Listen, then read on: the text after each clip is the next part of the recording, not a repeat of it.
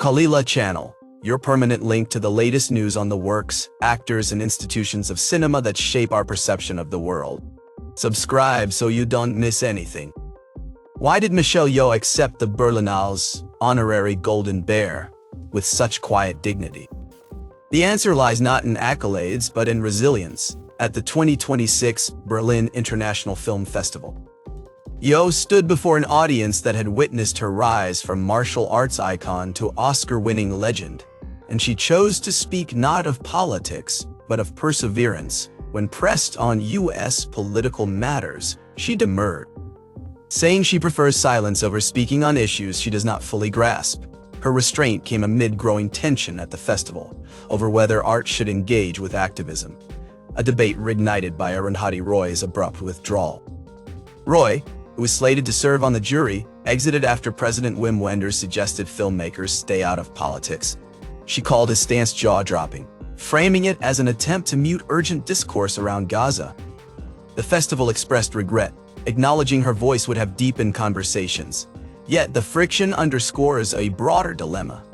Can cinema remain neutral when the world demands moral clarity?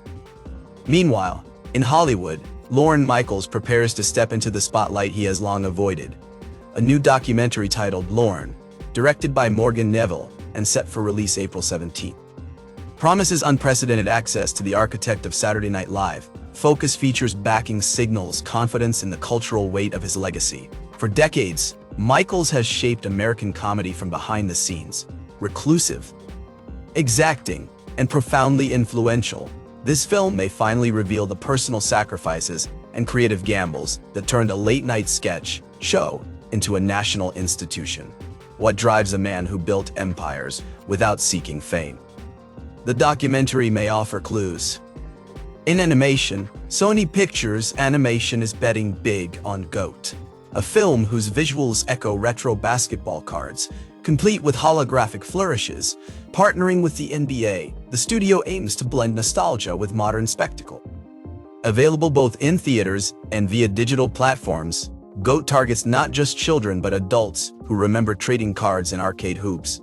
Its design isn't just eye-catching, it's strategic, tapping into brand synergy while delivering a story that's as much about competition as it is about identity. Can a cartoon about a goat become a cultural touchstone?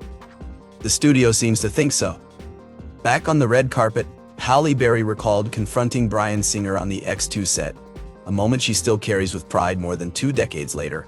Her willingness to speak out now reflects a sea change in Hollywood, where accountability has slowly replaced silence. Berry's candor resonates with countless others who once endured abuse or disrespect without recourse. Her story isn't just about one incident. It's about how far the industry has come and how much further it must go. What does empowerment look like when it arrives decades after the fact? For Berry, it's standing tall and refusing to look away. At the Santa Barbara International Film Festival, Michael B. Jordan accepted the Outstanding Performer of the Year award from Delroy Lindo. A moment layered with tribute and triumph, he used the platform to honor Chadwick Boseman, whose spirit continues to shape Jordan's work and worldview. The evening also marked Jordan's first Oscar nomination for Sinners, a film that has earned him critical acclaim and renewed attention. But will Sinners win Best Picture despite its record number of nominations? History suggests not. La La Land earned 14 nods in 2017, but lost to Moonlight, which had only 8. Voters often prioritize emotional impact over statistical dominance. Sinners faces stiff competition and must overcome voter fatigue, a challenge even ambition cannot always surmount. Does greatness lie in quantity or in connection? Sophie Okonedo, meanwhile, described her role in Mouse as a gift, not because it's her latest triumph, but because it feels entirely new. Despite an Oscar nomination and Tony win, she rejects the label of veteran, insisting every character demands fresh vulnerability. At Berlin, she emphasized storytelling over recognition, a rare humility from an artist whose talent commands reverence. Her performance in Mouse may earn her renewed acclaim, proving that even seasoned stars can find wonder in unexpected roles. What keeps an actor hungry after decades at the top? For Okonedo, it's the thrill of beginning again.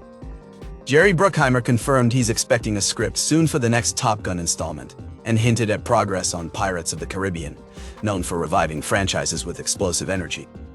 Bruckheimer remains a linchpin of blockbuster cinema. His instinct for what audiences crave, familiar heroes, high stakes, and dazzling spectacle, continues to drive major studios. Fans can expect more adrenaline-fueled adventures when these projects finally land. Why do we keep returning to these worlds? Because Bruckheimer knows how to make them feel new, even when they're decades old. Gore Verbinski returns with Good Luck, Have Fun, Don't Die, a darkly comedic thriller backed by theatrical distribution. Despite box office risks, financiers trust his vision, known for Rango and The Ring. Verbinski brings his signature blend of surrealism and suspense to this unconventional project. The decision to go wide signals confidence in his fanbase and originality. Audiences should brace for something weird, wild. And holy Verbinski, what happens when a director refuses to play by Hollywood's rules? You get a film that defies genre and maybe redefines it. Behind the scenes, casting directors celebrated the Academy's new category honoring their craft, a milestone many thought would never come. Those behind Sinners, one battle after another, Marty Supreme. And the secret agents stress that few understand the depth of their work, from discovering unknown talent to shaping ensemble chemistry. Casting is foundational to cinematic success. Recognition by the Oscars may finally elevate their contributions to the spotlight they deserve, who are the unsung architects of great performances. Olivier Bugacate, editor of Sentimental Value, spoke about crafting bittersweet moments with longtime collaborator, Joachim Trier. Their 30-year friendship informs their creative process, a bond that translates into intimacy on screen. The film's Oscar nomination validates their approach, emotion anchored by structure, vulnerability guided by precision. Cote's work elevates Trier's vision, proving that trust between collaborators can yield cinematic magic, what makes a partnership last 3 decades. Not just talent, but the courage to keep creating, even when the world changes around you. Subscribe and stay connected to the latest news from the world of American entertainment.